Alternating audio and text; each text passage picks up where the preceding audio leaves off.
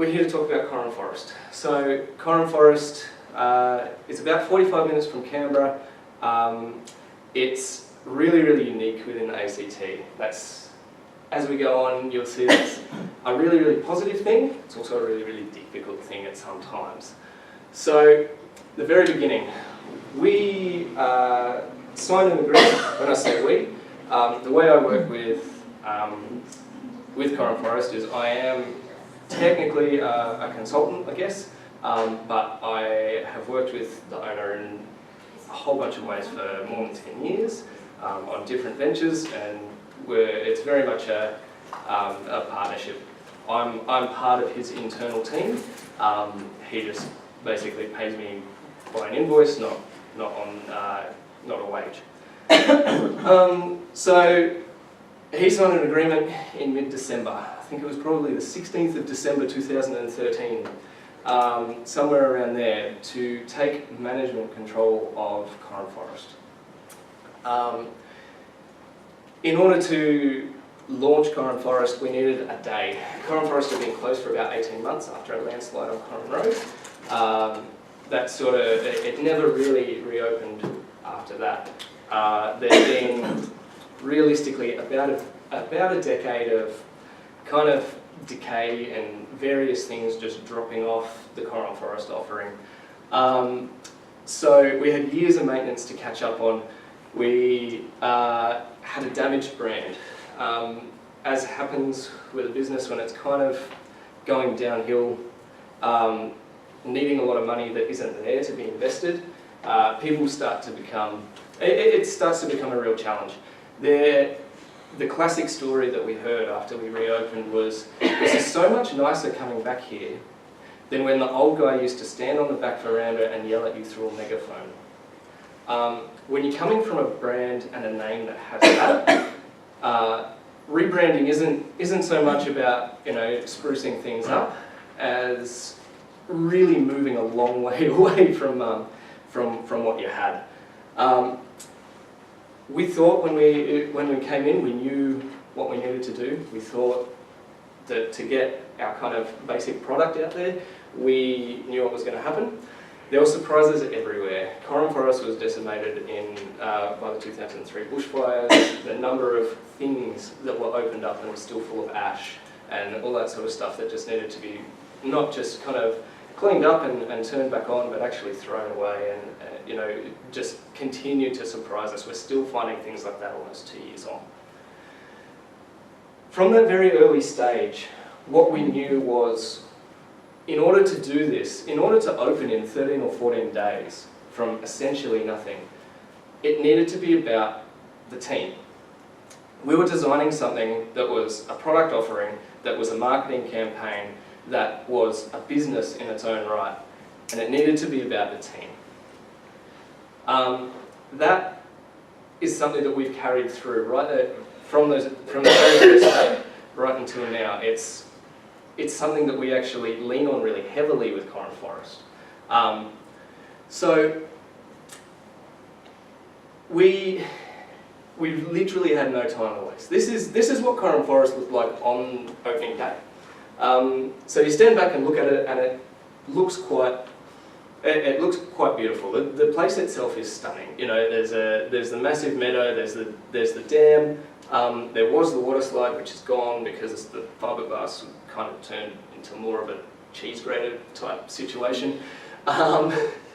But we really had 14 days to brand, design a product, market it, and open the doors and start letting people in.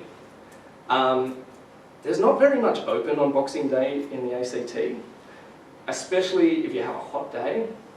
Corin Forest is perfect for that because it can be up to 5 degrees cooler up in the mountain than it is down in Canberra. So we said, look, this is our one chance. This is the one day we get. New Year's Day is not going to be the same, everything. And then by the time we get past that, we're mid-January and we've had the place for almost a month and we've not made a cent. Can't do that. We've got to push for Boxing Day. Which meant that the focus had to be, make it happen. There's a log on the outline track. What are we going to do? Well, I guess we find a tractor or we fix the tractor that's in the shed, we find 3 chainsaws, we get 10 guys up here and we move a tree. Okay, cool. Then what do we do? Well, we didn't have a cafe. The new cafe space wasn't finished. The old I guess it was more of a cafeteria than a cafe, was kind of run down. It had a whole bunch of work done to it to get it up to scratch. It was really, everything was about, okay, what do we need to look like? How do we take it to that next step? The internal side of things, the actual building bit, was really, really important to the way we were actually going to market. We needed to know really inside that first kind of 6 or 7 days, what we were going to have and what was going to be possible before we could even start talking to people. So what that meant was we went to starting simple. Sorry, you're right. Come on in. Basic product, done better. We cut things down. The flying fox was damaged. It had a tree on it and was never going to be able to be used again. The water slide, as I said, the fiberglass was shot. So they're 2 key summertime activities that people might have remembered that we weren't going to have. The alpine slide we could get going. The cafe space we could get going, and there was the lovely kind of picnic area down by the dam. We said, okay, that's it. That's our core product. That's what we're going to have for summer. Let's go out there and let's push that. Our resources, though, were limited. Not only did we have limited access to funds, at that time of the year we had limited access to people, whether it was calling on friends and family for favours to get in there and kind of after work come and help us move some trees or move furniture around and all that sort of stuff. But we also had really, really limited time. And if there's one thing that is more valuable than anything when you need to get a message out there, it's time. So basically, we had a brand. The brand that was on our opening slide is the brand that we actually launched with.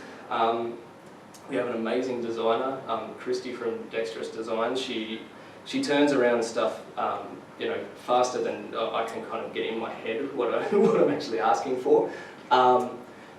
We had that, and we're ready to actually go out with a media release and some, online advertising and that sort of stuff 48 hours before the Christmas shutdown. If anyone's ever tried to do media stuff in the week before Christmas and get people to be interested, you know what a challenge that can be. No one wanted to know.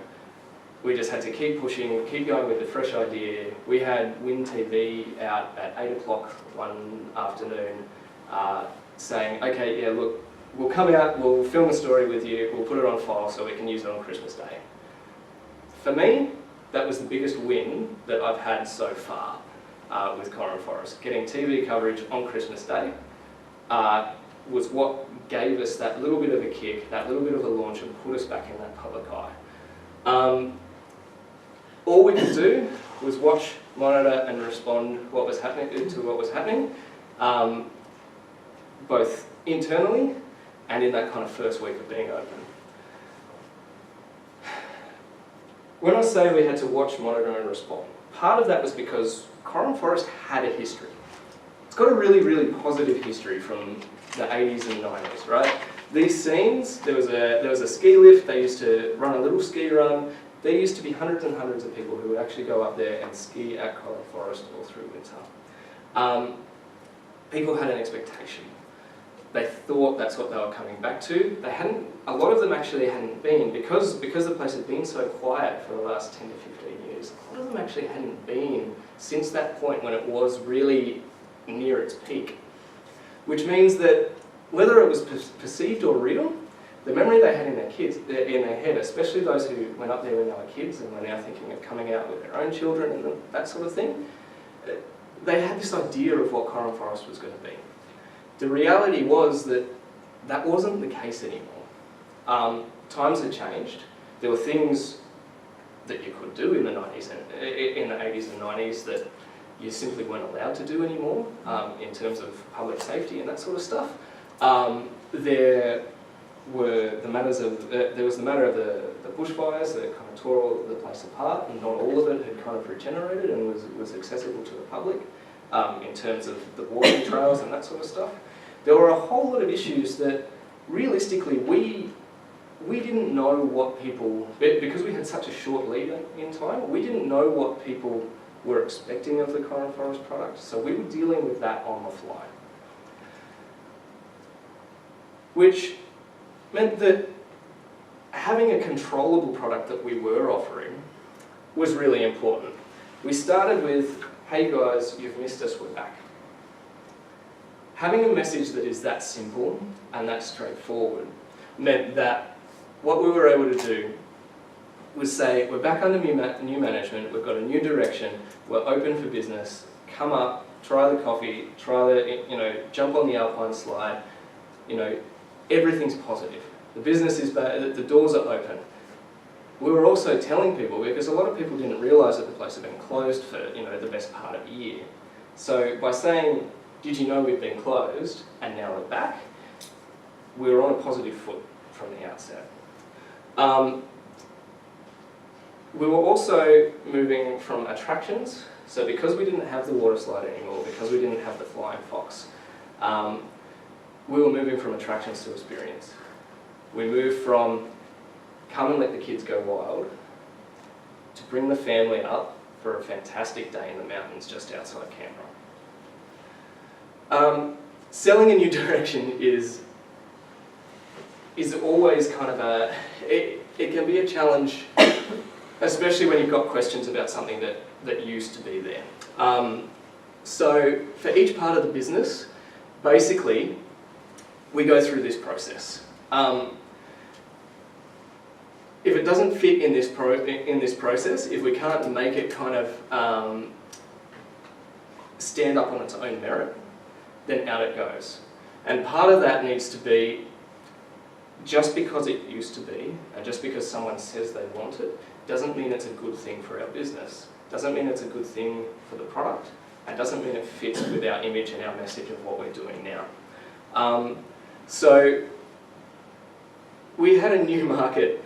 A lot of the nostalgia was saying, do the old. There's the old photos of people skiing. There's the bobsled training run that was never actually used by an Olympic team, but has a photo of them standing on it.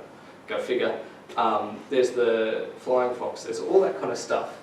The nostalgia said, this is what we want. The really interesting thing we were finding though was that the spending, we were doing much, much more in the cafe than we were on the Alpine slide. The Alpine slide was the reason that people would come up, but the kids would have 1 or 2 runs down the slide, and then people would go and spend $100 in the cafe having lunch down by the dam, and the kids just running around and kicking a ball. We had some people who were coming up and spending that money in the cafe without even going on the slide. So what that meant was we started comparing our numbers. When Corin was last trading, it was doing well under $1,000 a day. Sometimes it was doing well under $1,000 a weekend. Corin Forest hours were very ad hoc. It was really whether the old owner decided he wanted to open on that day. That's the point he had got to. People weren't seeking Corin Forest. It was whether it was open when they went for a drive up towards the dam and that sort of thing. People didn't know it was there. People didn't know.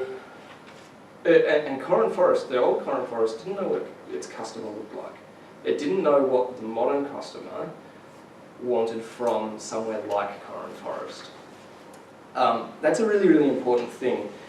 It's all very well to have a product, but you have to match that with your market. If you don't have a market that knows, that is looking for what you're offering, then there's no point in offering those things. And that's how we justified the water slide and the flying fox not being reinvested in and being actually cut rather than kind of opened. So the market that was all about this.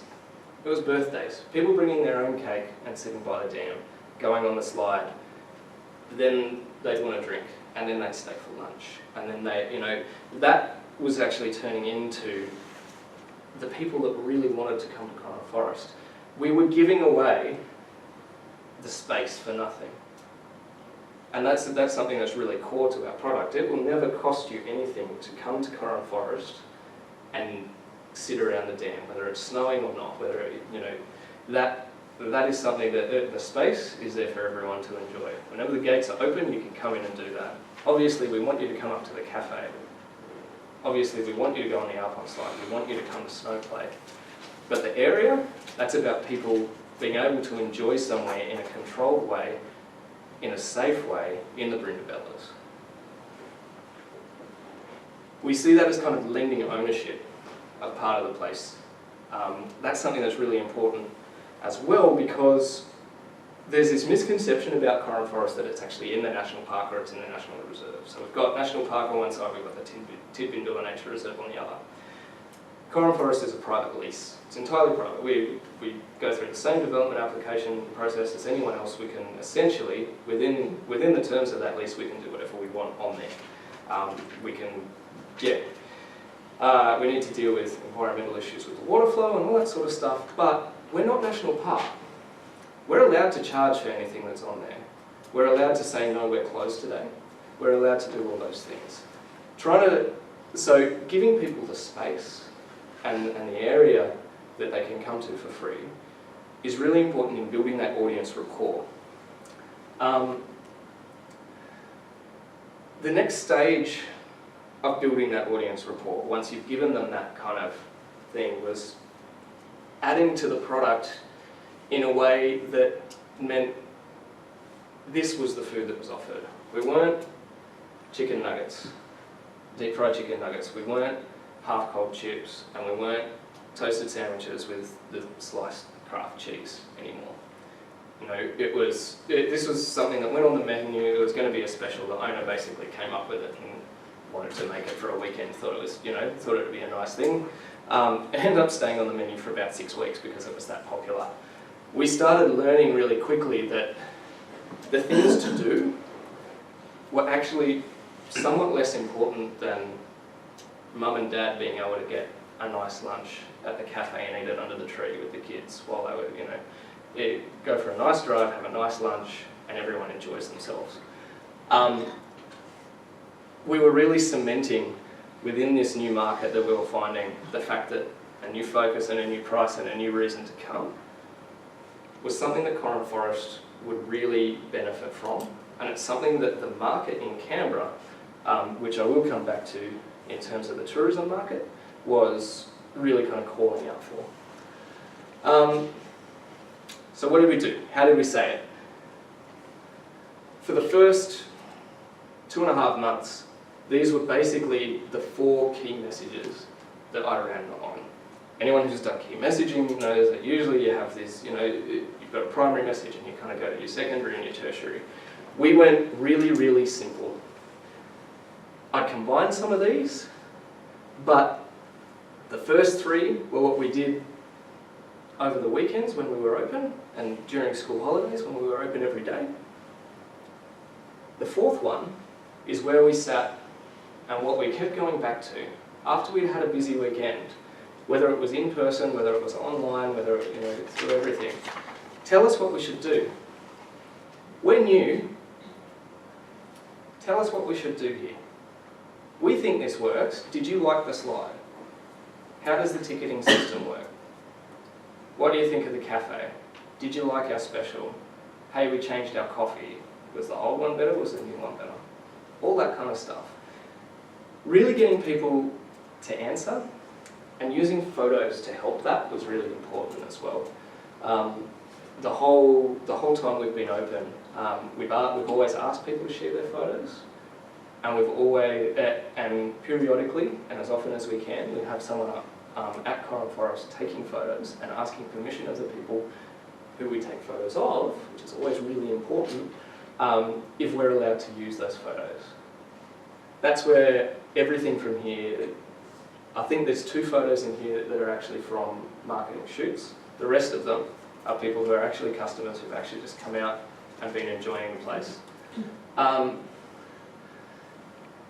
Within those 4 key messages, the tone was the most important thing for me. So the brand is really clear and clean with Corin Forest. It's really, really simple. It's very straightforward. To a company that the conversational tone is the most important part of my side from a strategic point of view. We need to have that friendly, open way of communicating with everyone, even when it's bad news, because that means that when someone comes back to us with a problem or with a question or with whatever it is, we can turn that into a conversation really quickly. We can turn that into a back and forth. The last thing that we want as Corin Forest is for things to go one way and slam up against us, and for our response to be the clean, clinical, typical kind of, business online Facebook response. That doesn't work. That's not what Corin Forest is about. We are genuinely wanting to learn from our customers, and we set out knowing that we weren't going to get everything right. So, being responsive, and that means time as well. So, it's no point having a conversation if it takes you 3 days to get back to someone. 60 minutes is my target all the time. Whether that's through Facebook, whether that's a message on the answering machine, whether that's an email to the info account or to the general manager directly. As soon as we see it, we respond. It might be, thanks, got your message, let us follow it up, let us follow it up for you. But that first contact needs to be really, really quick. The other really good thing that I've found is that asking for more details in that first contact. So even if you don't have the answer straight away, asking for more details really gets people kind of on your side and really gets them. From my point of view, I need to know as much as I can before I follow something up. Part of that, we'll come to that in a little bit, but but with the snow side of things, it's quite a complex product to manage, especially when it gets busy. There can be injuries, there's all that sort of stuff. So knowing as much as is possible in that first stage before anything goes further is really, really vital to that conversation going well. The three clarity points through everything as well. So clear messages, that's those 4 that I just had. Very, very simple, very straightforward. A clear brand, it's clean, it's new and it's positive. And a clear voice, which is always being conversational, never talking down to the customer or to the market or anything like that. So that's all well and good. We were really opening on a shoestring. So we had a limited budget. Media relations and online were, I say, our only real options. They were our only options. We had a tiny budget to do some TV advertising. The owner of Corin Forest owns an outside broadcast company as well, so had a couple of links. We were able to get a little bit of kind of summertime overflow space to kind of get the brand out there a little bit more broadly in the region. When I say a little bit, I think at that point we literally spent $1,800. So we started really small and targeting one type of visitor. It was the family that had a prior knowledge of the Corin Forest name. We tried to ignore the previous Corin Forest brand. When I say ignore, we didn't focus on the previous Corin brand. And they would now have a young family of their own, and they wanted to share the Corin Forest space in a positive way. It was about coming up for an experience with the family. It wasn't about the attractions. It wasn't about having 401 things to do at a theme park. It was really about, you'll come for half a day, maybe lunch on either side, and you'll make that. And that will be your Corin Forest summer experience. So we formed that base audience. We got that working. Through that basic audience, we ended up doing we were doing around, through summer, we were doing around $1,500 to $2,000 a day. So inside 2 weeks, we were at around on a good day, we were kind of 200 to 400% of what the previous takings, like the previous owners' takings had been. So that started to work. People were coming, they were spending money. That's first goal was ticked off. You know, the business was now sustaining itself, sustaining its costs. We were paying staff. Essentially, it was operating in the black. The media attention was positive and repeated. That was the really interesting thing in the early stages. We were actually getting repeat media attention because we were constantly talking, because there was constantly stuff happening online, and we were making that, we were forming those relationships with our audiences. The media remained interested. They were seeing us. You know, the journalists on Twitter were seeing us. The people who manage other pages online were seeing that. Visit Canberra. The tourism pages were liking and sharing our stuff. You know, so we started to build a position within the market really, really early on. Our Facebook following was really, really quickly becoming the key to our communication strategy. It was the perfect place for our message. It was the perfect place for our conversational tone, and it was growing consistently. And the reach was within that was growing consistently. It wasn't the same people. It wasn't one-off individuals. It was actually growing as a community. That meant that other stakeholders started to pay attention. I mentioned Visit Canberra, so we had the Environment ACT guys, we had Tippy Billa, we had our immediate physical kind of neighbours and stakeholders were starting to take notice and open up the conversation with us, which is something that hadn't been there in the past. And they were starting to recommend it as well.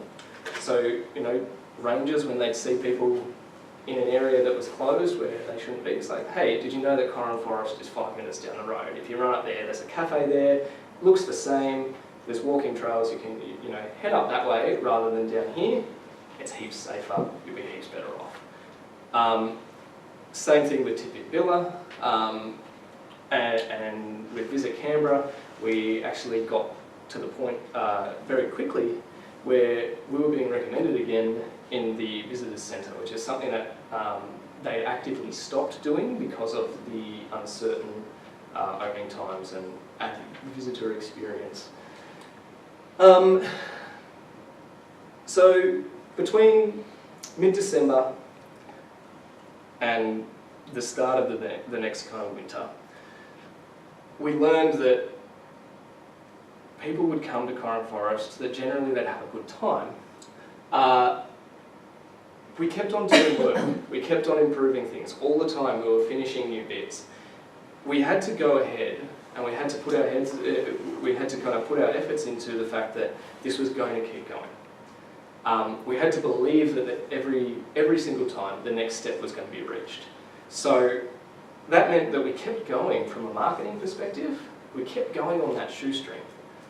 Because all the financial resources that were there had to go into preparing the larger cafe space for winter, for greater numbers. It had to go into really boring stuff like toilet systems and fixing paths and replacing bridges that had rotted and those sorts of things. So the product that as we had it was understood. We made the decision that winter was going to happen. We didn't know that winter was going to happen, but we just kind of said, it's going to happen. So new snow infrastructure was bought. The snowmaking equipment that was there was useless, essentially. So a whole lot of new stuff was brought in from Italy. Stuff was leased, all the piping had to be replaced. So, there's thousands and thousands and thousands of dollars going into the infrastructure of something that was never basically going to be recovered if we didn't get to do this winter.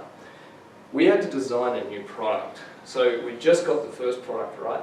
We just got people understanding what the basic Corin thing was, and just, you know, started getting them on this journey and into this community of understanding what we were about. And we had to throw another product on them, which was Snowplay. Now, Snowplay's not as easy. Snowplay's a really cool, exciting thing when you say it as a word. Snowplay's not as easy to describe accurately in half a paragraph in a news story.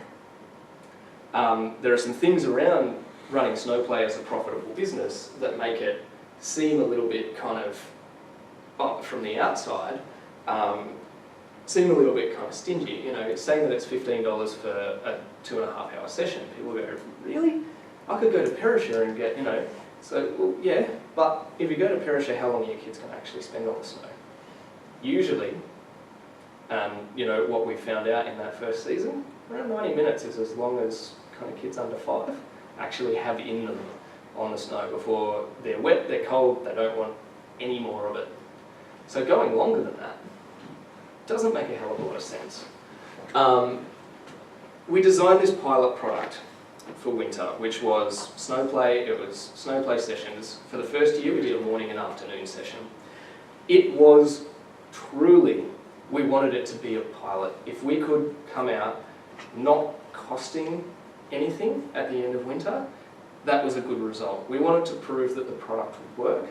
We had to prove it to the bank, we had to prove it to ourselves, and we had to prove it to the market that it was something that was going to kind of be relevant in the ACT.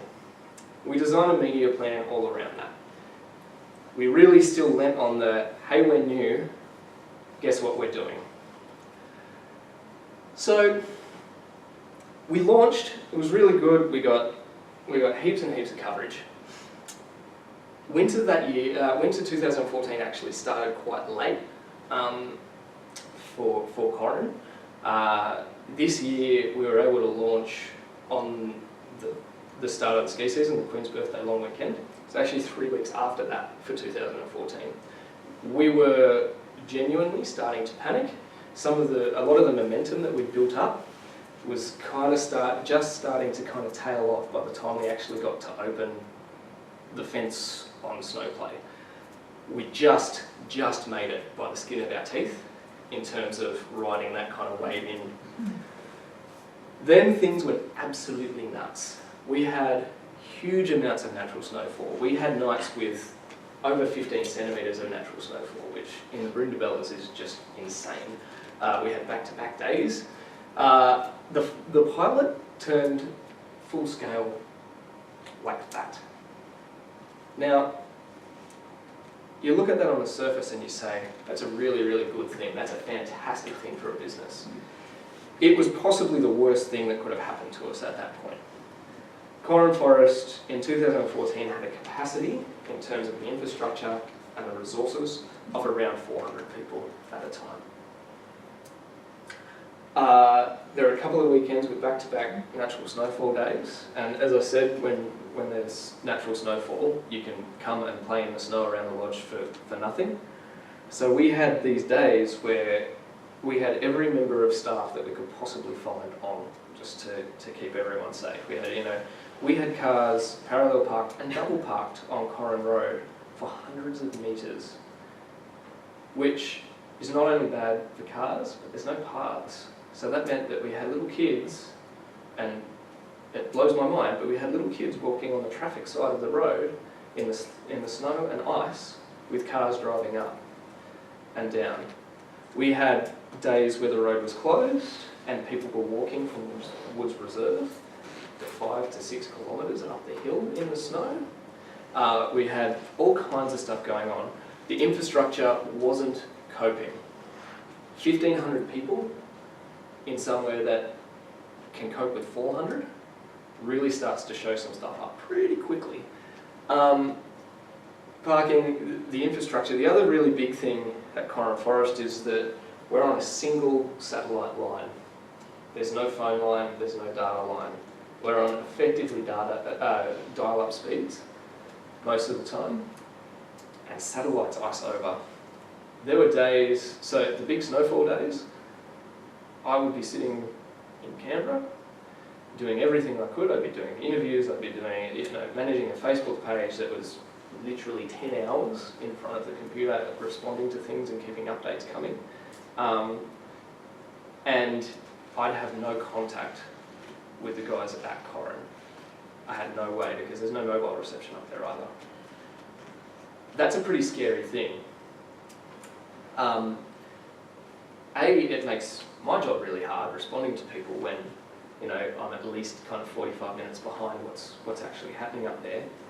But, I became really good friends with the Tuggeranong police station and Roads ACT, because they'd be at the bottom of the hill doing runs up, and I'd call them for an update every now and then, and not on the business stuff, look, that was our problem, but on safety, because our biggest concern was, and this has become one of our key messages in winter, we want you to come, we want you to have a good time, but please be sensible, we want you to get home too.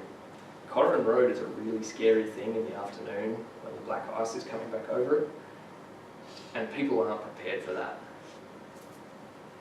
The thing is, while that's not our problem, that's entirely our problem, and it reflects back on us, and we get the feedback about drivers being stupid on the road. We get the feedback and the criticism about the fact that our car park was full and that someone's kid almost got hit by a car because they were walking 3 kilometres up the road. So the other thing about that was we had a strained team trying to be conversational, and there's only so many times that 20 and 21-year-old kind of snow area staff can say to a family and to a parent, I really need you to come back on this other side of the fence. The reason it's closed over there is because it's actually a marshland, and there are holes that are 1 foot wide and 3 feet deep that your kid might actually disappear into that are hidden under that snow. People don't want to hear it. That's where that national park thing comes back into it. You can't tell me not to go here, it's a national park. So a lot of what was happening was strained face-to-face relationships were kind of starting to form on these really, really busy days. Everyone was doing their best, but there's only so far you can push a human. These really busy days proved this to me more than anything has ever proven this to me. People get angry. They get furious. Sometimes it was that they had to wait 15 minutes longer for a coffee than they thought they should have. Sometimes it was because the toilets were full. Sometimes it was because the toilets were blocked because there were too many people there. Sometimes it's because they showed up for snow play 5 minutes after it started and it was already sold out, and that's not good enough. Managing people's expectations when you have something that goes from what you think is going to be a really controllable pilot program to something that is 4 to 5 times that, it's a learning curve for anyone.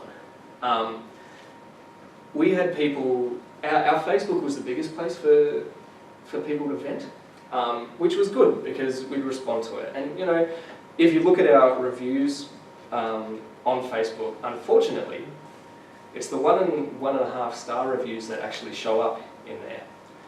I think we've got 8 1-star reviews and we've got 49 5-star reviews, but it's those lower scores that show up. Because when someone says, hey, you guys are awesome, I might like the review and say, hey, thanks for coming, we hope to see you again. But that's it.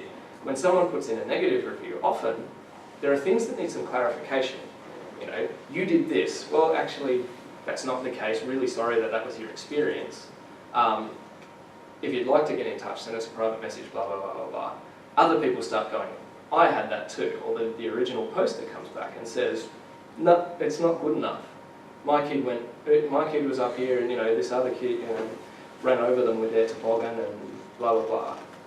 Or my favourite one is, your staff contradicted your own website by saying, by not allowing our toboggan. Now, I followed that up. We actually offered the person a free toboggan. So, sorry, you can't use that one here, because basically we allow toboggans that are straight with round edges. It's to do with controlling them in a confined space and not getting too much speed. The person showed up with a disc toboggan. We said, look, really sorry, you can't use it, here, grab this one. Usually they're $5 to hire for the session, here you go, just take this. No, they wanted to use this dish one, that was it, they made this complaint. Ended up with a string of comments under that. That now sits at the top of my review page. Now, am I concerned about that? Look, it's not my favourite thing on our Facebook page, but I'm actually not worried about it. Because anyone who looks at that and makes the decision that that's the reason they're not going to come to Corin Forest is not our customer. And you need to be really, really brave when you're doing this stuff and say, I don't need everyone to come here. I don't need everyone to be my customer. If you're going to look at that, then that's fine. On some of those comment threads, if anyone bothers to expand the comments and the replies on them, what you'll actually find is that my next reply down will have far more likes and far more engagement on it than the original post. So that's the bit that's important to me. And that's that conversational thing. What I want is for people to be able to see that when someone does say something negative about us, when someone does have a problem, that we take it on board, we take it seriously, and we move ahead. So it's about taking a stand. Do we bow to the opinion of people criticising us about toboggans and about our opening hours and about the way we're doing things? Or do we continue the conversations and do we say this is the reason that we've designed our product like this? We learn and we respond to the product. This year's Snowplay product was very, very different to last year's Snowplay product in some key areas. In others, the fact that it was Snowplay, there were sessions, and you paid to get in and paid to hire a toboggan, it's exactly the same. What our position through winter really became was that we knew what we were doing. And this comment, it was learning to explain to audiences that we hadn't accounted for. It's not the explanation that we hadn't accounted for, it was the audiences. We were expecting this trial-sized audience, this pilot audience of 400 people who were from Canberra, maybe visiting friends and family in Canberra who are coming up for a bit of fun in the snow. What we had was people who didn't want to drive all the way to the snow but expected to be able to ski and board. So we had to change the way we were responding to a lot of people. We had to clarify what our product was again and again to different people in different ways. So we started to lean on a few things that make us different. Corin is, and this actually comes from the former Deputy Director of Visit Canberra, Corin is the only commercial nature-based tourism operator in the ACT. Which means that we've got Tidbinbilla, we've got, there are a whole lot of government operated ones. They have restricted kind of capability and operating times and those sorts of things. And there are non-nature-based kind of similar products, I guess, if you want to look at it that way. Because we really are about the experience of Corin Forest in the snow, of walking around in the Brindabellas, of enjoying the space in the dam, and we're actually doing some restoration works, for instance, where the Flying Fox and the water slide were. We're actually restoring that to a meadow. We're restoring some of the wetlands and those sorts of things to areas that will bring back some of those particularly endangered species from the area in kind of a controlled, a semi-controlled space. We're the only ones who are doing that. That means that our product evolution down the track is going to be really focused on that side of things. Our product is unique. Our product is always growing, winter to winter, summer to summer, even week to week in some ways. It's also not for everyone. If you want a serious downhill mountain biking experience in summer, Corin Forest is not the place for you. at the moment. If you want to be able to ski and board and you want a terrain park and Corin Forest is not for you. If you expect 400 acres of snow where you can just pull up and, Corin Forest is not for you. That's just not the environment we're in. We get days, not weeks, of natural snowfall in the ACT each year. We're really, really proud of the product that we have and what Corin is. And not trying to cater for everyone makes that much, much stronger. Our value to the territory, we learned, actually by accident, is much, much broader than we thought. On peak days in winter, particularly in school holidays, we can have up to 50% interstate visitors. We were thinking that would be somewhere between 10 to 20 on a peak day, even if you allow for kind of, say, a 10 to 15% correction on, based on the local feed area. So take out Queanbeyan and Yass and those sorts of places. We still have one of the highest percentage draw cards of interstate visitors for an attraction in the ACT. That was entirely accidental. Again, the first year we were trying to do it as a pilot and we ended up with figures like that. So look, at the end of the day, numbers talk. This is probably my favourite post from this year. So in 4 hours, we reached over 10,000 people. We had 30 shares on this post and we had almost 400 likes. At the moment, we're sitting just over 9,000 Facebook likes. The next point, the number of likes is, to me, it's sort of irrelevant. You need to have a good base. What's really, really important is the engagement rate. We have an engagement rate of 4 to 5 times higher than what you'd normally expect for a Facebook page. I'll show you the next slide, I'll point that out to you. We keep these 60-minute response times. Everything we do is about acknowledging, explaining, and allowing conversation. We now have a Facebook community that will continue conversations and people that will answer each other's questions. We get a lot of questions about where to get snow gear, where to get chains, all that sort of stuff. People now jump on and they answer those questions for each other. Hey, yeah, they recommend these 4 places, but I went here and the guys come out and help you fit them properly as well. That's perfect for us. We now have a really strong core online community who are our advocates and do a lot of our work for us. Reach, engagement, and consistency. So, reaching 10,000 people in 4 hours, engaging with them, that's the 30 shares, that's the likes, and the consistency. I'll post 2 or 3 times a day during winter because that's what the audience wants. They want to know what's happening in the morning. They want to know what's happening later in the day. And if anything changes, they want to know that. So on big snow days, I've actually posted up to 8 times a day with traffic conditions and that sort of stuff.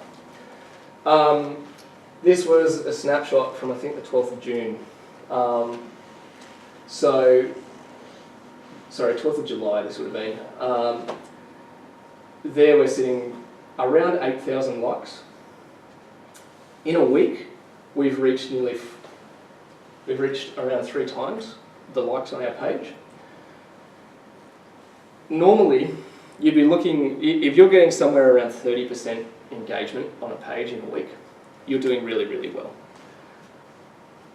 We have 7,626 post engagements for this week. That's getting on for 90%. People, and the key to that is people really like talking about Corin Forest on Facebook. That's the learning from that. It's about finding your audience. It's about finding where they want to talk and where they expect to hear from you. They like seeing the photos. They like being able to share their own photos. And they like that it's really quick to ask a question and to get an answer back. The next one, the bottom 2 there I'm pretty proud of. 100% response rate in 22 minutes.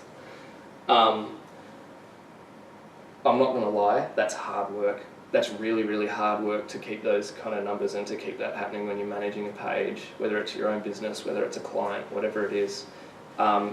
In winter particularly, because it's a lot of people asking about whether they need chains to come for the session that starts in 45 minutes when they're in town 45 minutes away. It's really important to be on that. And yeah, as I said, it's a challenge. Our Twitter gets similar kind of figures. It's not quite the same, and that's mostly due to the way people in Canberra use Twitter. We get a lot of tweet views. We get quite a few favourites. Favourites to me, I like to use the analogy. A favourite on Twitter is kind of like a high five across the room. It's nice to look at, but it doesn't really mean anything in terms of it reaching anyone more.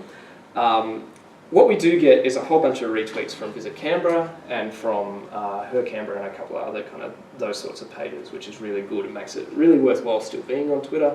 It's that live news feed that people go to. Our media relations stuff. So consistent media presence for us is really important. We still don't have the budget to be really advertising heavily. When I say that we could have the budget, reinvesting in the product is actually much more important, and so finding other ways to reach people is the way we've decided to go.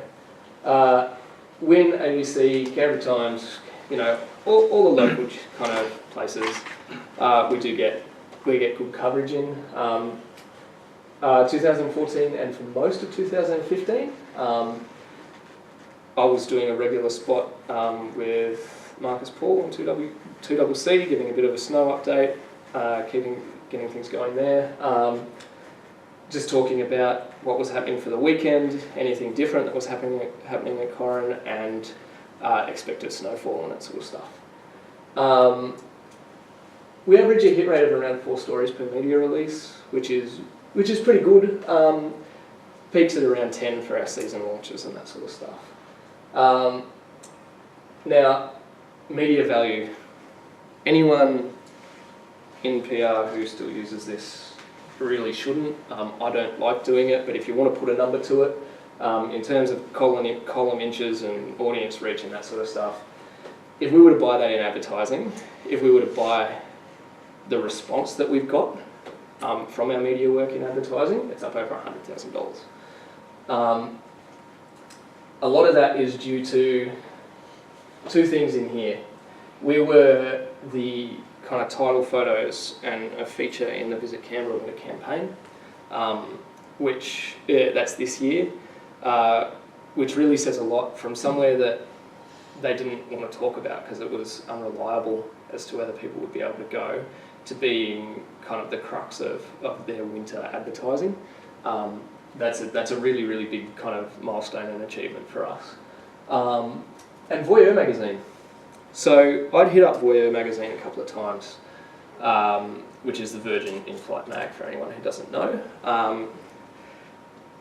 The really interesting thing with them is they're on a really long lead time. So we work really quickly, we turn things around, where some people would take kind of 3 days, we take 30 minutes. We've made decisions about stuff and announced them, and I've been on the radio kind of inside an hour in the past. Getting on Voyeur was really good. We got a picture, we got a quick write-up, and we got to, head to the website or call this number. To be in the June Voyeur magazine doing that's amazing. That's something that for a little kind of pokey business 45 minutes outside Canberra that's been around for, at that point, not quite 18 months, was a really, really kind of positive thing for us to get. They don't like featuring things in that magazine that they're not 100% sure on, and they couldn't possibly have been 100% sure on us because we hadn't been around for long enough. So obviously we were saying something that made it exciting enough that, for winter, they needed to add us in for the ACT. Now, here's the crazy kind of numbers. With our forecast revenue, we did 4 times what we wanted what we were really hoping for in winter 2014. That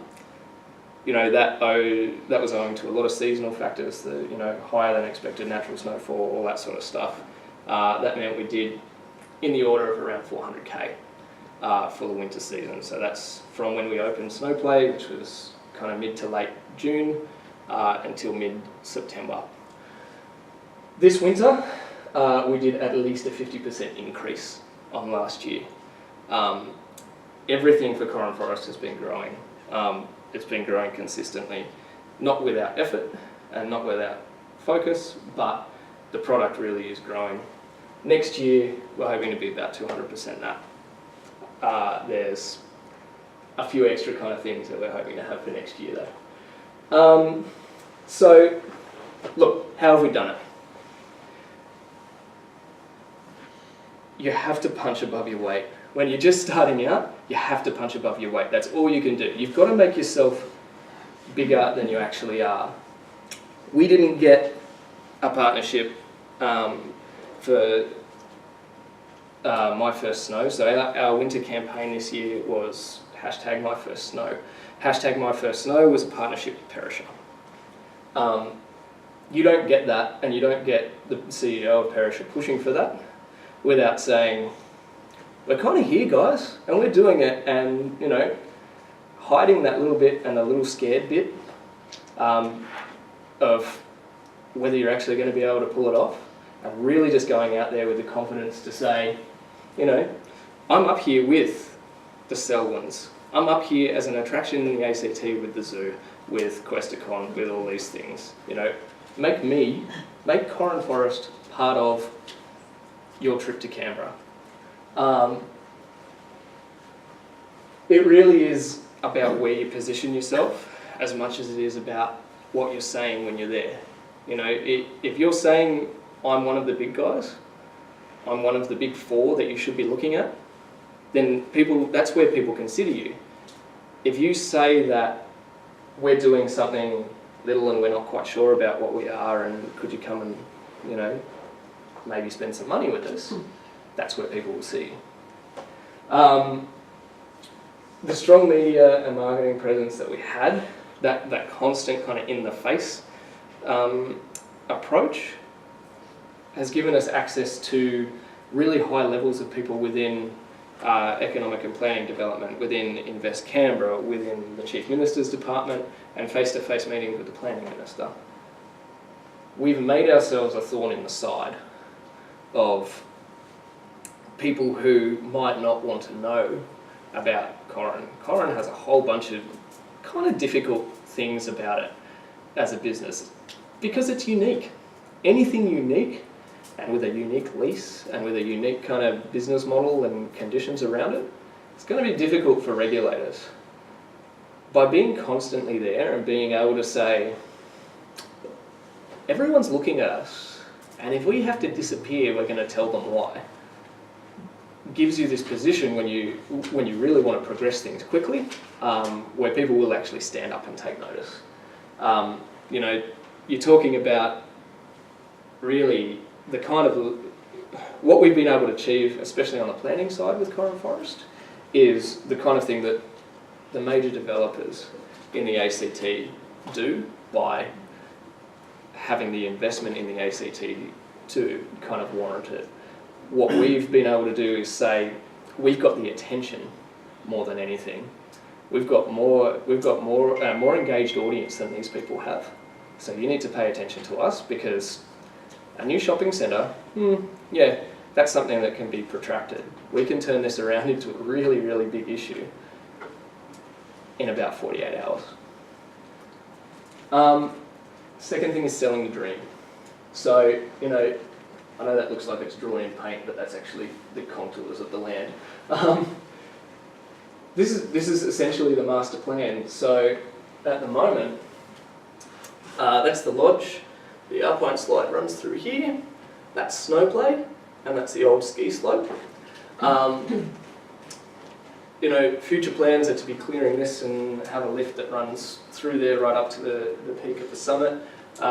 Ski school, to be doubling the kind of space down here, to be building administration, potentially accommodation on top of the summit, all that sort of stuff.